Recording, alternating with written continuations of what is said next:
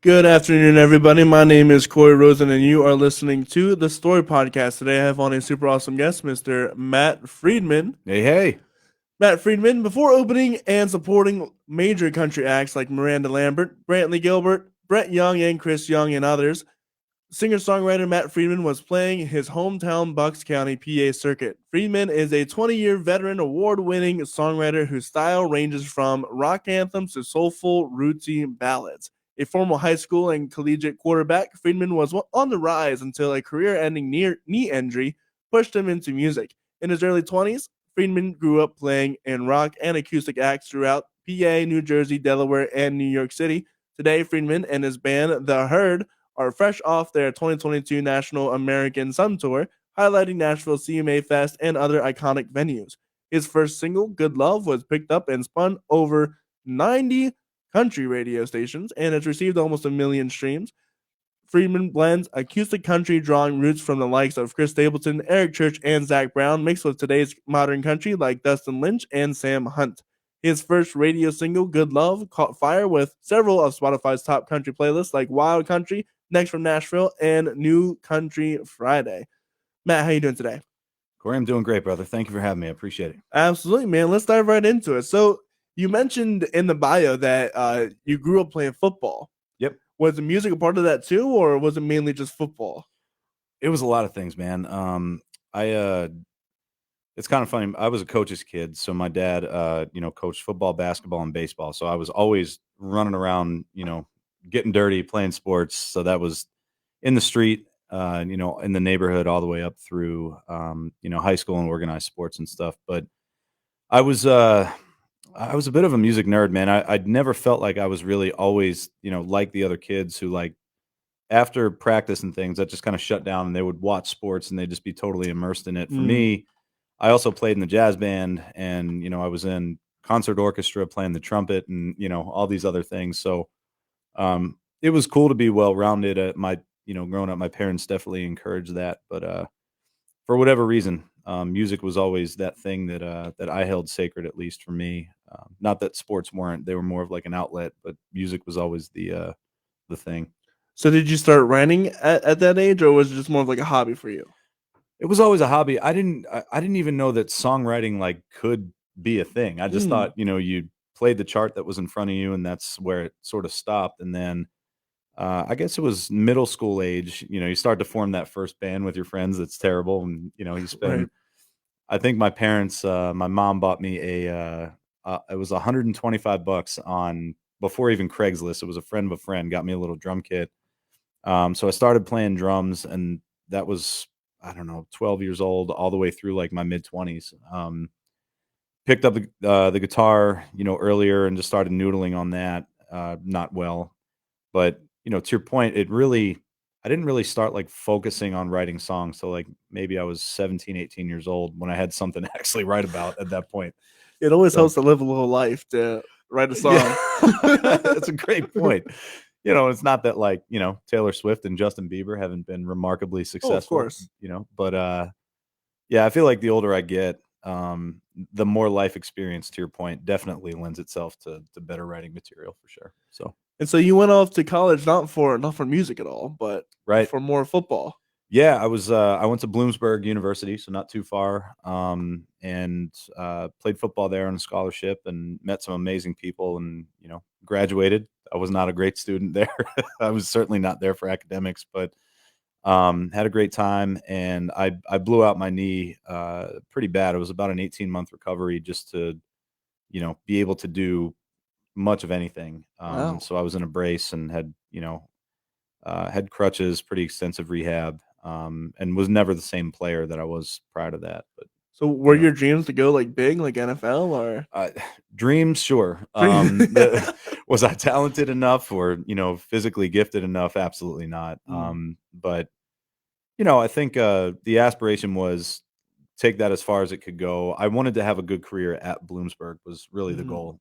So when I got injured, I felt like I was letting a lot of people down, and I couldn't contribute on the field. So I dove back into music to write a lot about that experience and a lot of that stuff. So And you saw that take off.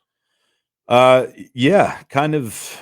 almost unexpectedly, man. We had a couple of, just little projects, and we played a lot in Philly and had some pretty good success as an original band, and then just playing covers, and that was more the creative outlet that I think I needed coming out of that experience, you know.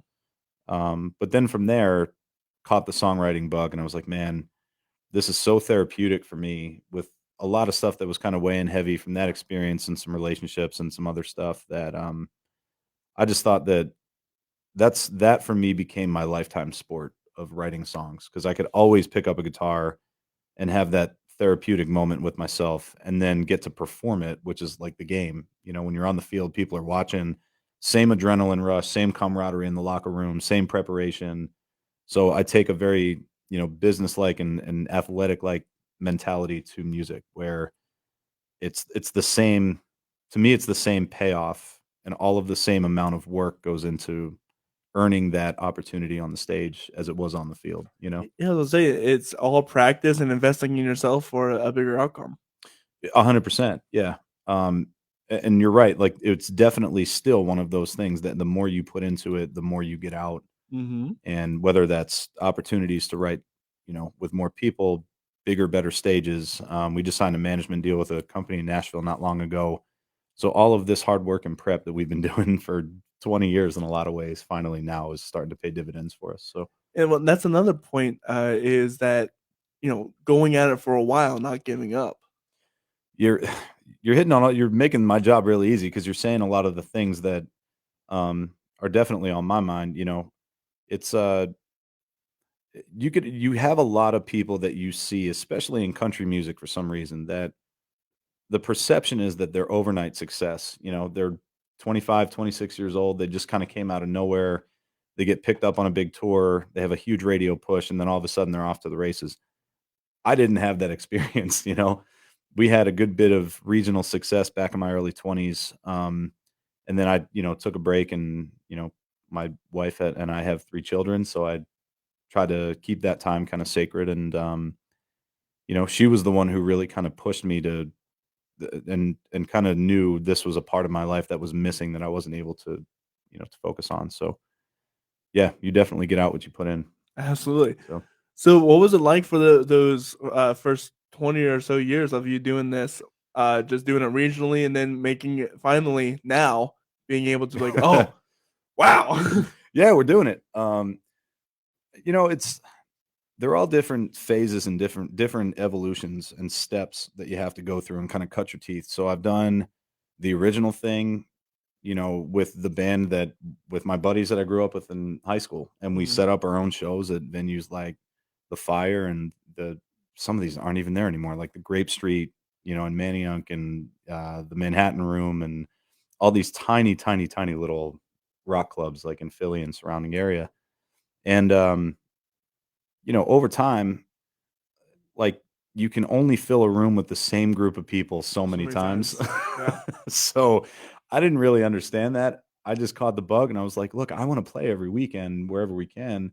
Whoever comes out, great. If we sell 5 tickets or 0 or, 5,000, I really don't care. I just wanna play for the pure love and the joy of it."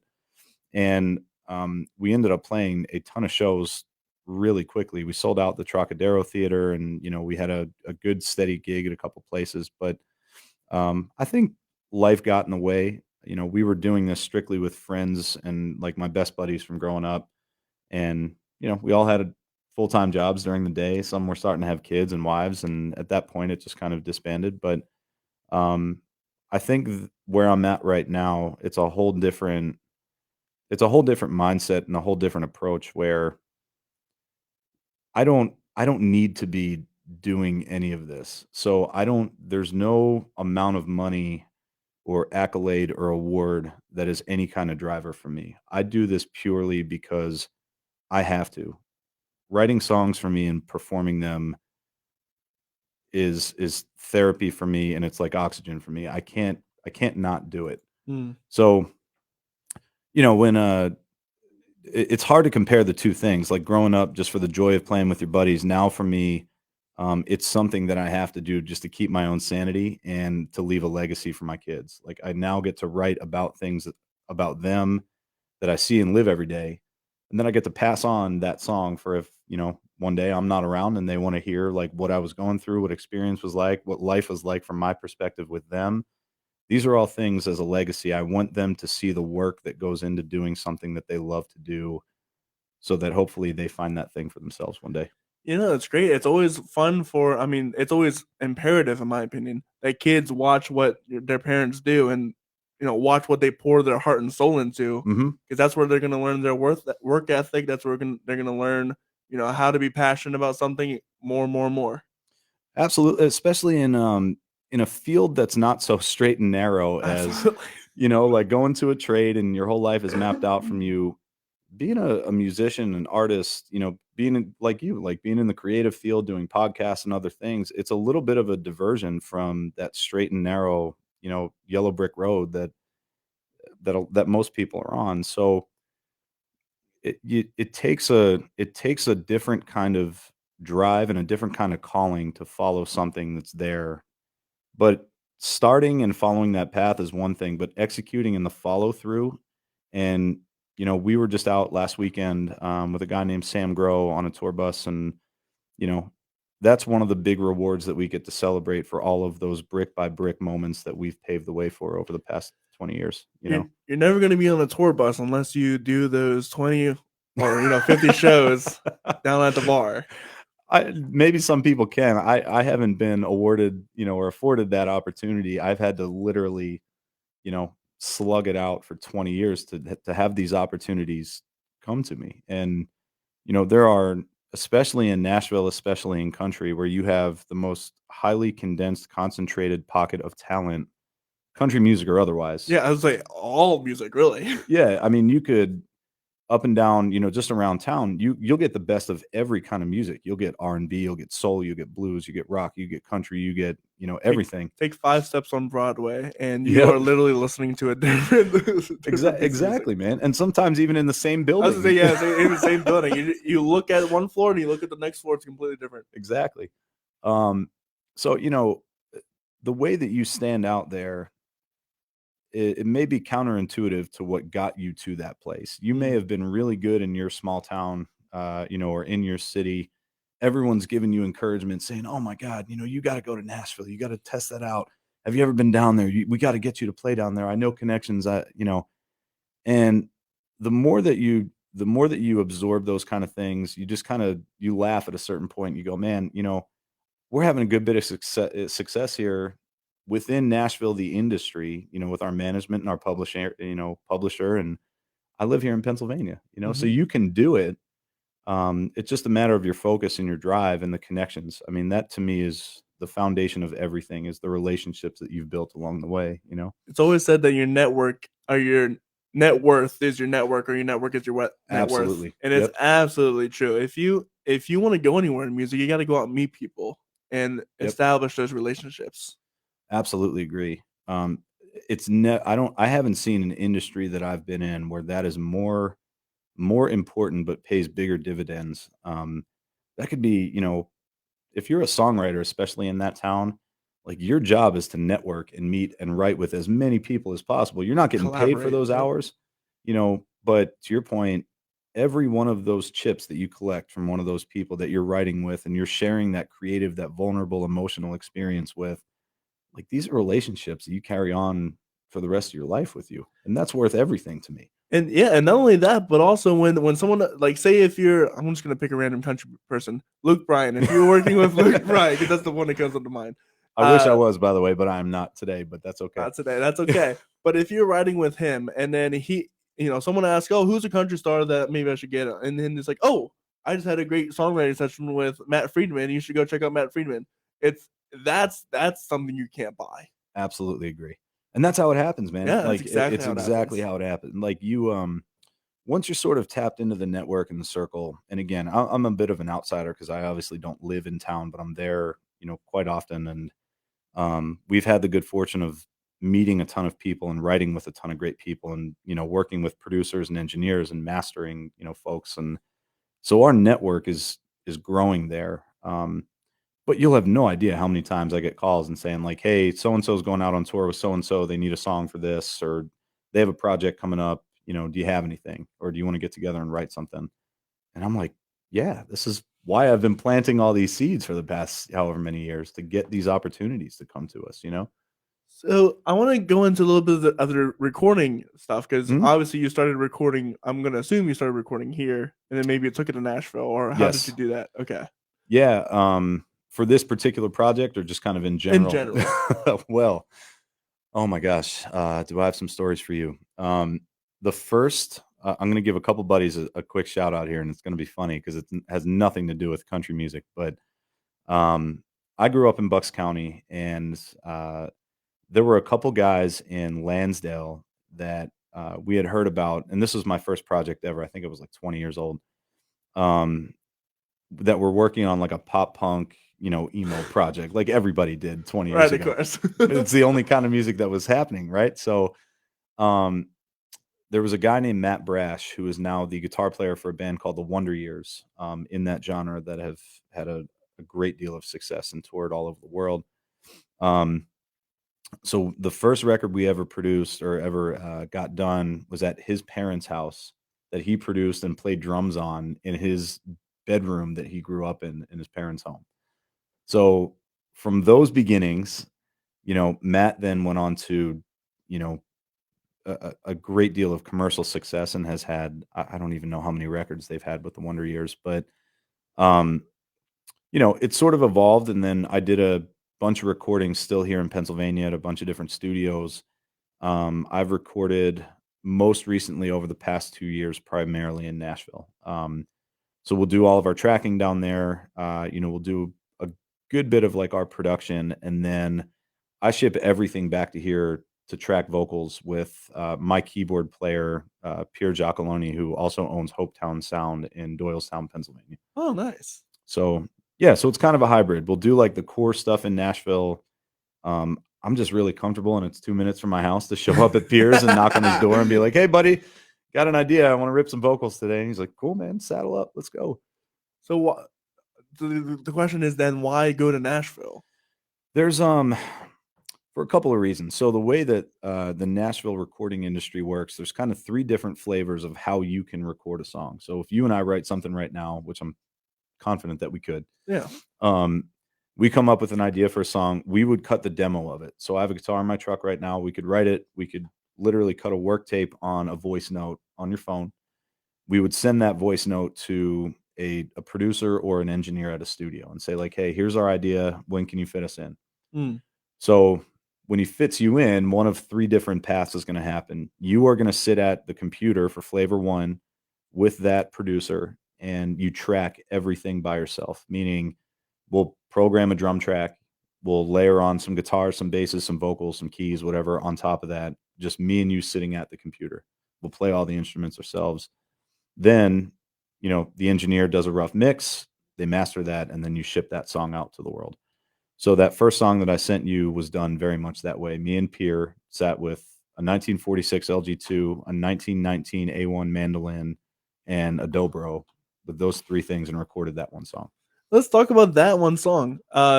That's what That's what he said. That's what Yeah. he said. Yeah. So the Oh, title good cuts memory. off a little bit. Oh, that's okay. So tell me a little bit about that one. What was the songwriting process? Thoughts behind that? Yeah, man. We kind of run the gamut. There's certain songs that I know from the second that I write them that it's going to be a single, and we're going to ship it to radio and have this big campaign around it. This was not one of them. This was like a B-side fun demo that turned into like this gorgeous arrangement. But the idea was like, I have an amazing relationship with both of my parents, but my dad in particular and I. So I wrote this song, about just kind of the little like whiskey wisdom bits of advice over the years that you collect from your father, and kind of all those little relics about the family dynamic. And for me, I recognize now that at 38, I've basically turned into my dad, all the good, all the bad, all the quirks, all the goofy things. But like, the song starts out by saying, I'm turning into my father like he turned into his father, Mm. and all those hard-headed men that came before me. So it was just kind of an observation of the family dynamic, typically on the male side, and just I thought it was cool with like these really rustic instruments, and we only used three instruments on it. where the average age of those 3 instruments was, I think, 75 to 80 years old. So, Oh, wow. yeah. Let's take a listen to That's What He Said. Yeah, man.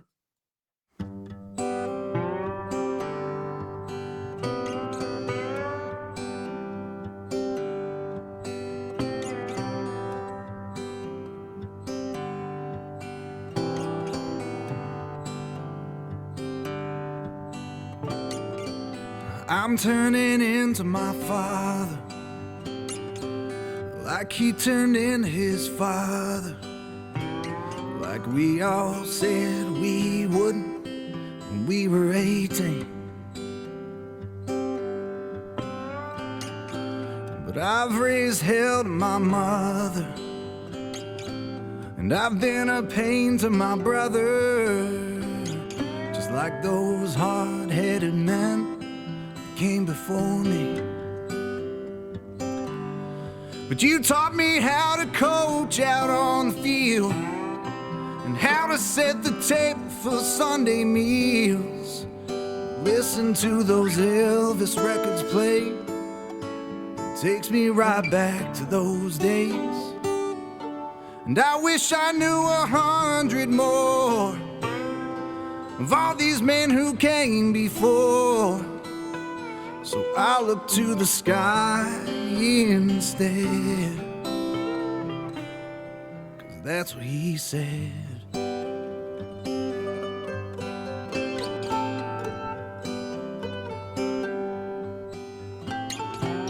Don't you go to bed angry, 'cause tomorrow ain't guaranteed. Meet the girl of your dreams when you're in your teens, and she'll give you just what you need. Go visit mom on her birthday, she likes daisies and cold Jim Beam. Flowers for her, whiskey's for you, so you can talk about anything. My daughter calls me coach out on the field, gather around my table for Sunday meals. We listen to those Elvis records play, just like I did way back in the day.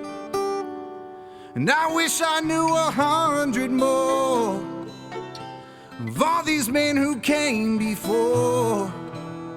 So I look to the sky instead, 'cause that's what he said.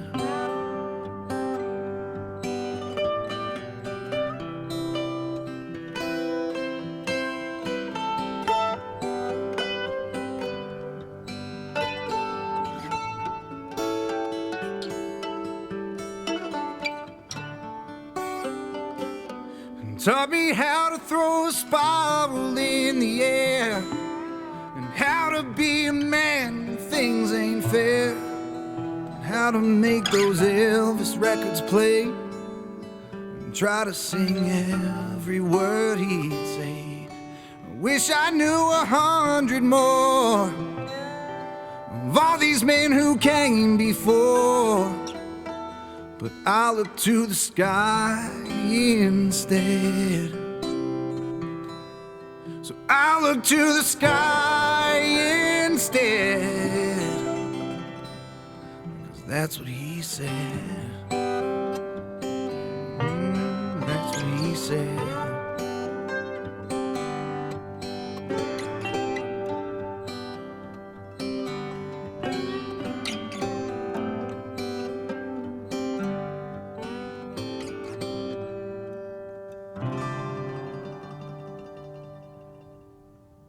That was a cool ending. I like that one. That was a nice chord into Nice that rake. yeah, that was sick. I always love it when people do that kind of thing. That was great. And that was That's What He Said by Matt Freedman.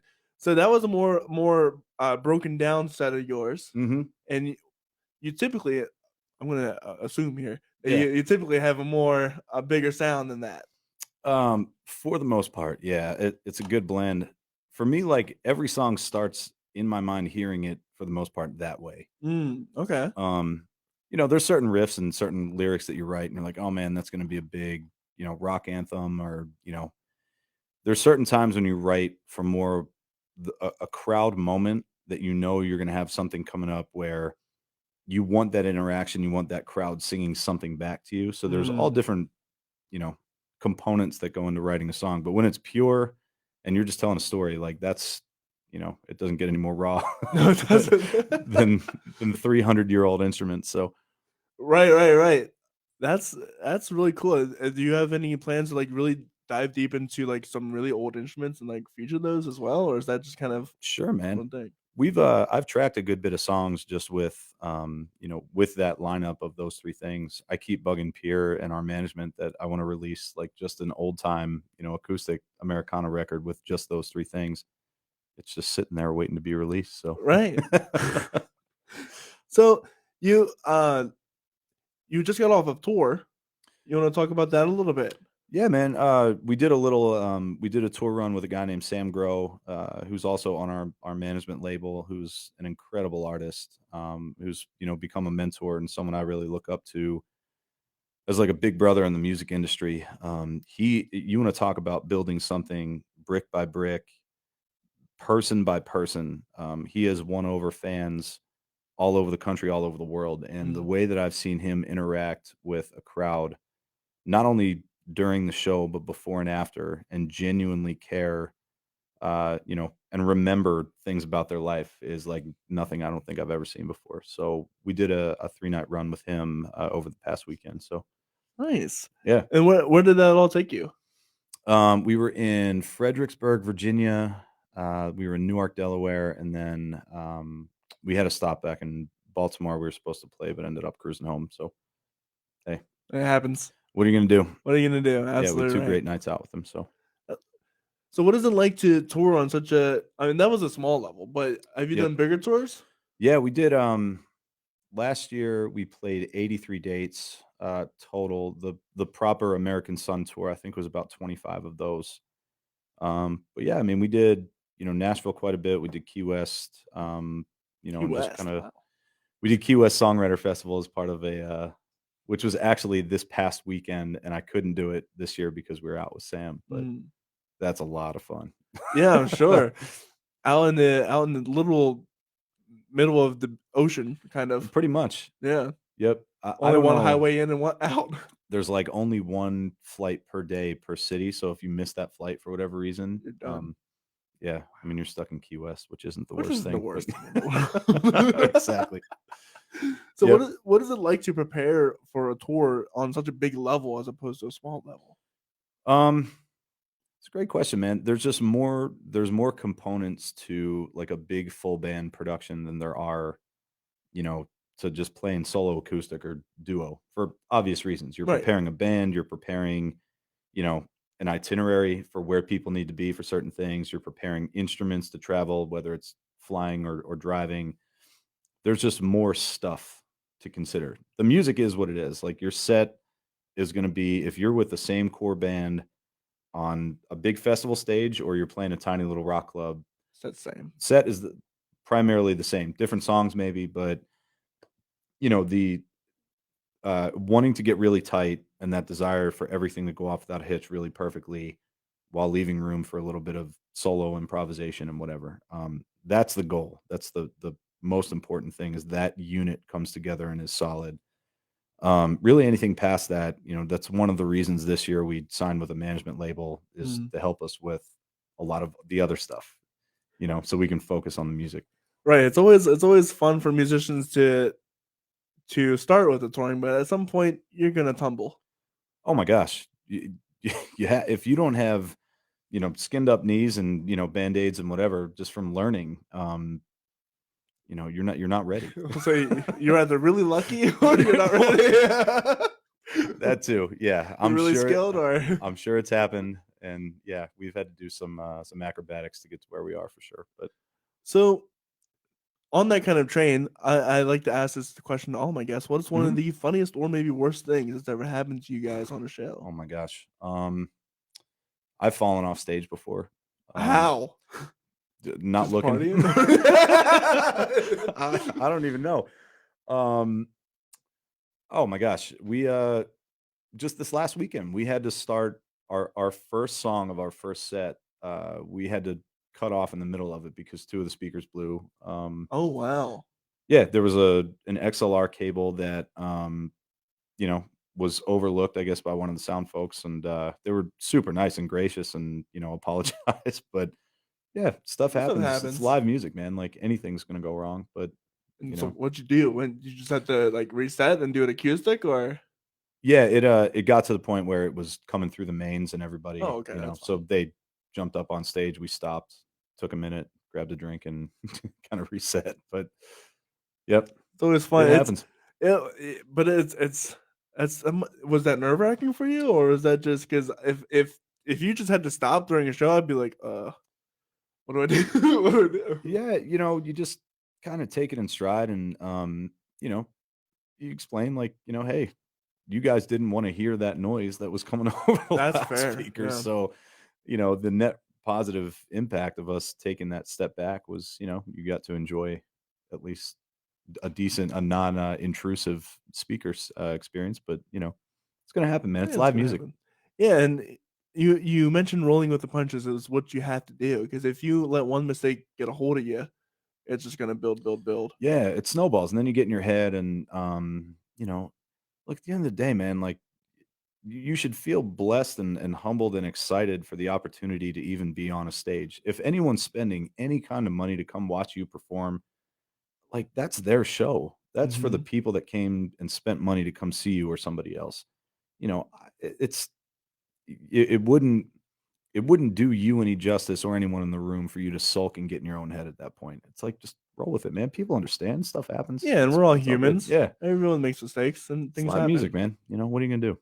But And well, you mentioned getting everyone, standing around and getting a drink. You have your another song called "Best Beers Yet." perfect segue. Yes. Best beers yet is I was telling you before we, I think, turned the lights on here. I wouldn't be a proper formed country artist if I didn't have a song about, about beer. But this isn't maybe what you would expect. It's more my co-writers and I, Mike Calley and Frank Vieira, who are dear, dear friends of mine. Frank is also from Pennsylvania, out by Pittsburgh, and Mike's from New Jersey. Um, we had this concept, like, you know, what are the best experiences in your life that have involved, like, having a beer in your hand? So we Mm. kind of look back at the very first drink or the very first time that you had a sip of beer. For a lot of us, was probably in your teens with your dad, and just said, like, here, try this. And um, all of those things. And then looking forward into the future of all of those moments, like, what are the best beers in my life going to be? What are those moments that I'm going to Mm. have that visceral thing to be able to look back and, like, man, that was it. Call it a wedding, a graduation, the birth of a child, all those milestone moments. And then also thinking not only retroactively, but in the future, what am I really looking forward to that I think might be one of my best beers in Mm. the future? So that was kind of like that, just kind of thinking in the span of a life, all those milestone moments where you have a drink in your hand. So Let's take a listen to that. cool.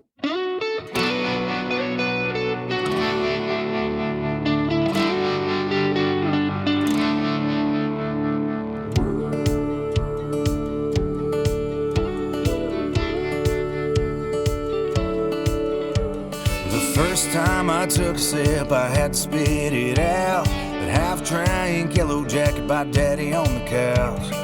Knew I didn't like it, you could tell by my face. But that first taste of that underage could never be replaced.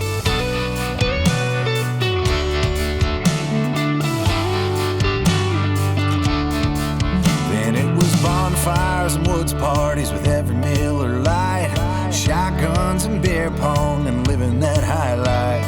I don't remember much about that first drunk kiss, but all those beers got me here to this. So all my best years now, all my best years past, let's drink a night later from a half full glass. Maybe I'm wrong, yet I see life like that somewhere up ahead. All my best beers, yeah. All my best beers, yeah. It all changed at 21 backs for a big night out.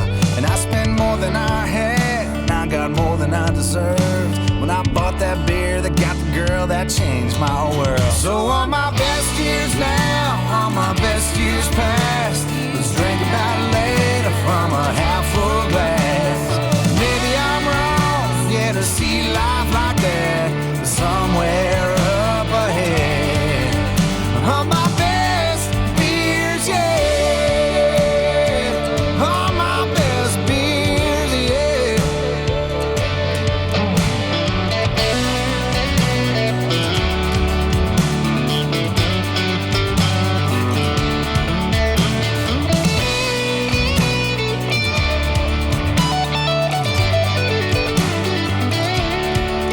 Yeah, someday that little boy is gonna be grown up. It'll all start again when he finds that gold in his cup.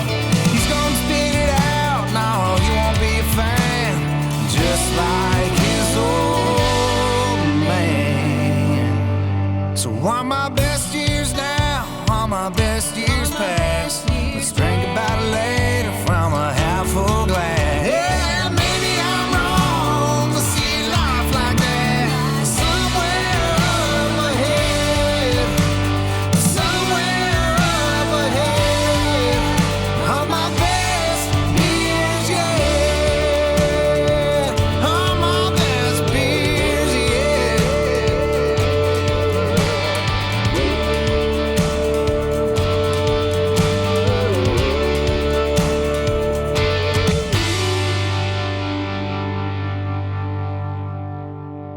And that was Best Beers Yet by Matt Freedman. So we have one more song of yours that I'd love to talk about, and it's Once Upon a Line. Yeah. So once again, kind of keeping the theme of drinking songs, you know, with the country music kind of thing. This is actually the name of our tour that's yet to be announced. So you're the first to actually know Ooh. that. That was finalized this morning. So our tour this year will be called the Once Upon a Lime Tour. And this was just a fun one, man. We, with the same group of writers. Whoop. Oh, that's quite all right. So I had Mike Callie and Shane Gray, a guy from San Francisco, co-write this one with me, and it was loosely based on a funny spring break scenario that happened to a neighbor of Mike's. Which, of all things, it was just like we ended up talking. I came up with this title called Once Upon a Lime, and I was like, man, how could you wrap like a funny kind of, you know, anthem-y spring break country story into this, you know? So we wrote this thing, and it was loosely based on Mike's neighbor who had he was about to go on a trip with a girlfriend of his, and he had the ring in his pocket to propose at this destination, and they broke up like 2 days before the trip. But he had paid for the flight and the hotel, so he ended up going by himself. So the story in his case did not work out the way that the song did, but we wanted to give his neighbor this song. It's like, hey man, you know, in a perfect world, here's how the scenario would have played out. Right. So there was also in the story, there's a girl from Georgia who had a similar thing happen to her, broke up the night before the trip. They meet at this spring break bar, like a swim up bar, and over 2 shots of tequila, the bartender cuts up two slices of lime, and that's how these two meet. And the rest is spring break country history. So, well, let's take a listen to that. That's what a great story to turn into a song, man. Let's take a listen to Once Upon a Line by Matt Freedman. awesome.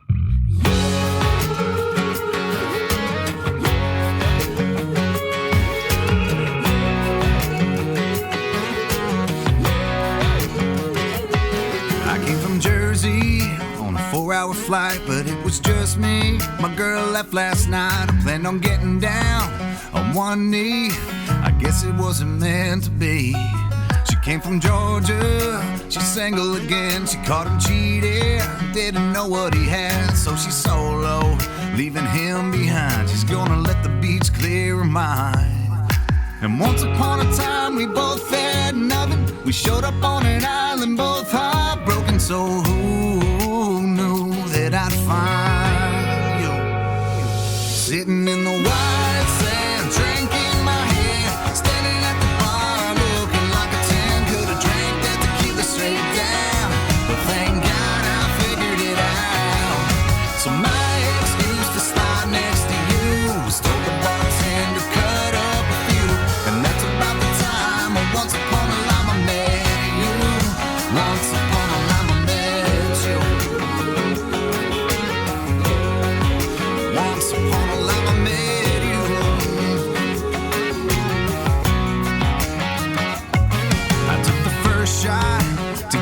our name. And the next shot, to forget why we came. We took the third round to the third floor.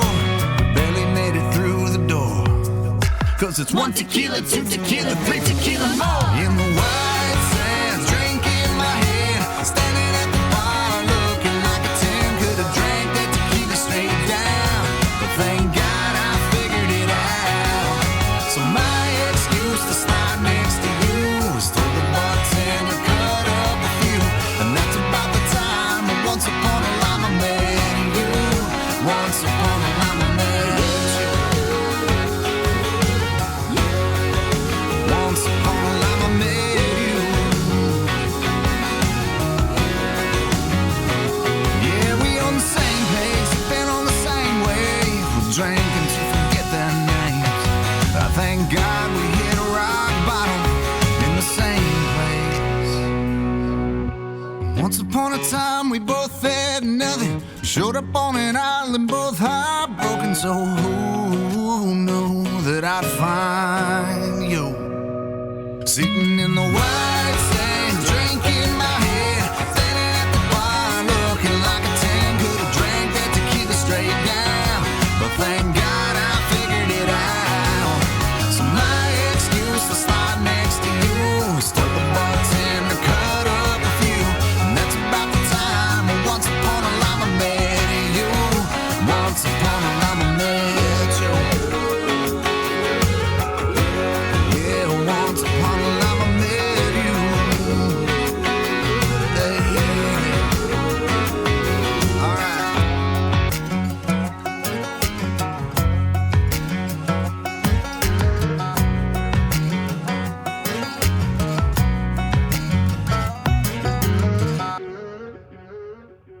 And that was Once Upon a Lime. And that is, I was going to ask you what's up next for you, but this will be one of those things. Yeah, we were just discussing. I hope I don't get an earful from everyone on our management team, but that is unreleased, and that's the first time that has ever been pplayed across the airwaves. That is such a good song. Thank you, man. It's a lot of fun. We've been playing it. We've been playing it for about 18 months to 2 years, and every time we play it, once the first chorus hits, you kind of see people in the audience like just really grooving to that. But what's funnier is they latch onto the story. By the time you get to like the end, they are like sort of, well, what's going to happen next? So it's that perfect combination of fun. So I was telling him, like, this is like this is like a country radio song if I've ever heard one, because it has that story and it has that groove, and it melds really well together. I love that. Thank you, man. I appreciate it. Yeah, and you're the first person ever to play it live on the air. So I'm very happy to be that. And speaking about unreleased songs, you have another one that's coming out next week. Yeah, next single is called Country Club, and that actually comes out next Friday.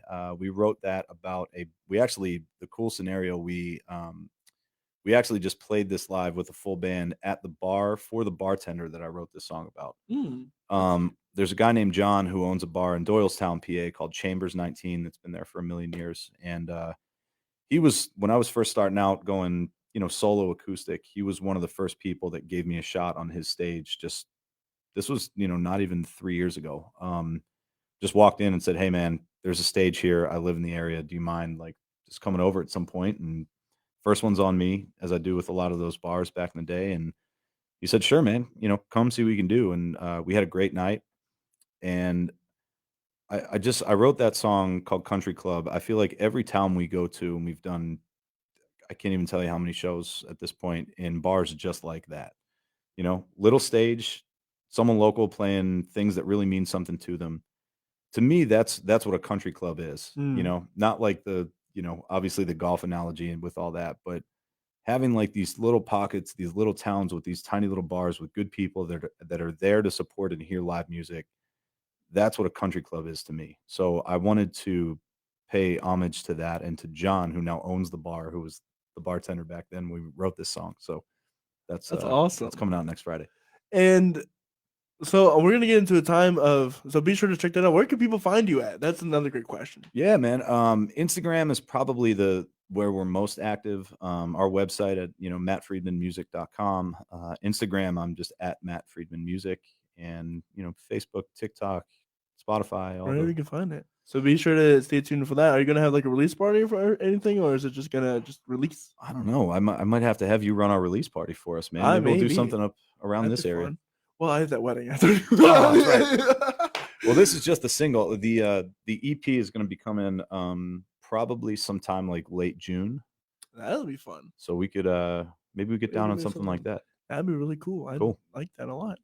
So one of the other questions that I like to ask all my guests, and you are a Catholic practitioner? I don't practice as often as I should. I'm still religious and in touch with Jesus and with God, but yeah, I not as often as I should be going to church consistently. But with 3 young kids that are fighting me Sunday mornings to do anything, it's right. We get it here. Yep. We at Bible College sometimes struggle to go to chapel every now and then. Amen. So where does the one place or the one thing, where do you find yourself most in tune with God? I would say for me, when I have the chance, I like to run, so just I hate the act of running is absolutely terrible. But the It's rewards painstaking, but the time it affords me to be with myself and just kind of, my thoughts recalibrate. I need, like, if I don't do that consistently, I'm just not a very good person. So not as good of a person as I should be. During those times a lot, like I'll throw the headphones in for like half the run and then I'll take them out and just be with, nature and think and pray and, just be thankful for all the things that he's afforded me. So that to me is the time. And then right before we play a show, we always do a little band prayer. And awesome. So that's great. Yeah. So one of the last questions I'll ask you, and then we'll get you out of here, is what is some of the biggest mistakes that maybe you have made or you've seen other people in this industry make, and how can we curb that? It's a great question, man. I would say trying to be something that is inauthentic to you, to chase things that don't really mean anything in the end, meaning awards, accolades, fame, social media status. Right now, it's never been easier or more difficult to become an artist, especially in country music. Absolutely. The access and the distribution tonight, we could create a viral video that goes wild right now. You could get signed tomorrow. But being now an old man and having learned those lessons and been doing this for 20 years, the things that I get the most gratification from are the relationships that I have with the people that have helped me build this, like you and others, and the songs and the stories that I get to feel and then tell and share with people that consume them. They're really past that. Nothing matters a whole lot to me, So and that should go for anybody. Yeah, it's always nice to have awards and stuff like that to like legitimize you in the space. Sure. And that's great, but you should never be really chasing that. The feeling you should be chasing is that feeling of catharsis that you get when you perform your music, yes, and stuff like that. That is what you really need to be worried about. You don't need to be worried about what anybody says about your music, what anybody says about you or whatever. As long as you play for your own self, that's the number one thing. I mean, you've won awards. You're a musician too. Yeah. You're a Renaissance man and a creative person. And if you let all of those artificial things drive or shape your decision making, and you abandon the things that are core to why you're doing it, which to me again is the relationships in our music family and the song, it really past that, it doesn't matter. Don't abandon your principles for silly awards. Because you're I mean, right. Your fans will notice, right? And I love that we're sitting here staring at one. Yeah.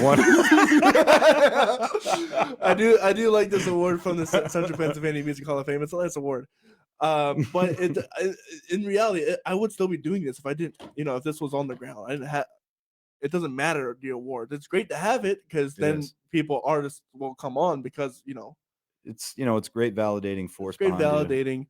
Luke Combs said it best, man. I'd still be doing this if I wasn't doing this, which I think is a brilliant line. And you almost just said it without even knowing it, Yeah, right. Because it doesn't matter. I'm having fun meeting new people. I'm having fun, talking to people and talking about their music stories. And, you have fun doing your music. Yeah. And that's all that really matters. Just do what you want to do. Don't be dumb about it. But yeah, no, there's a way to go about your business and treat it like, even within our band, which scales up to 9 pieces, 5 of those 9 players are also solo artists, which is cool because we all get the benefit of, I'm really big on like the rising tides raise all ships kind of a Absolutely. mentality, especially in music, because That's the way it has to be. when it's, I think when it's at its best, and I've been doing this long enough to know what doesn't work from experience and been in enough projects just like you have, I'm sure. And, to me, it's like we're developing this platform for anyone that we can plug into to become the best version of themselves just by tapping into the relationships and the frequency that we're creating. That to me is worth everything, because if you're a good person, you show up on time, you're prepared, you really care about the music and the songs and your performance, you're welcome in our family any day of the week. We'll take you out, we'll let you open for us, we'll open for you, we'll do all these things. And the net impact of that I've seen is that everyone who's been in our band has had opportunities to do things outside of our band that's raised the level for them, that's raised that standard.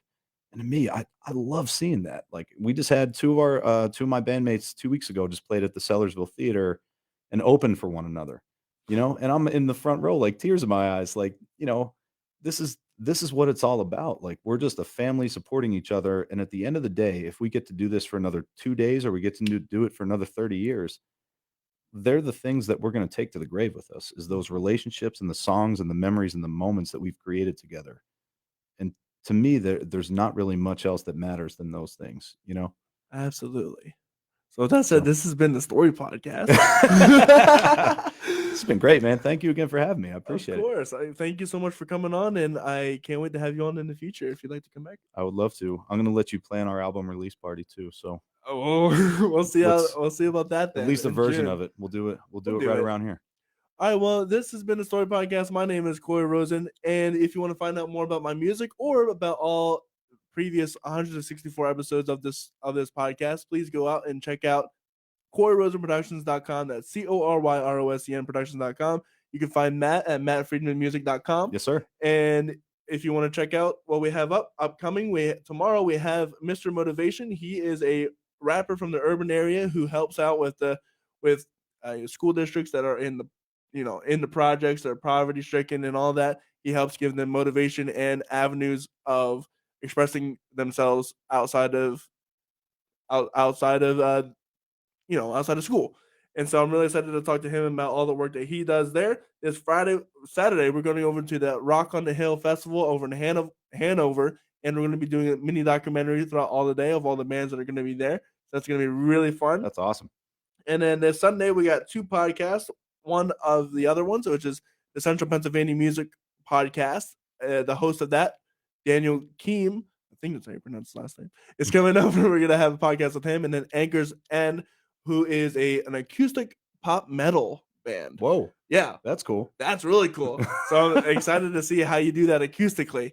And with all that said, I hope you guys have a wonderful rest of your day, and we will see you guys later. Bye. Thank you, everybody.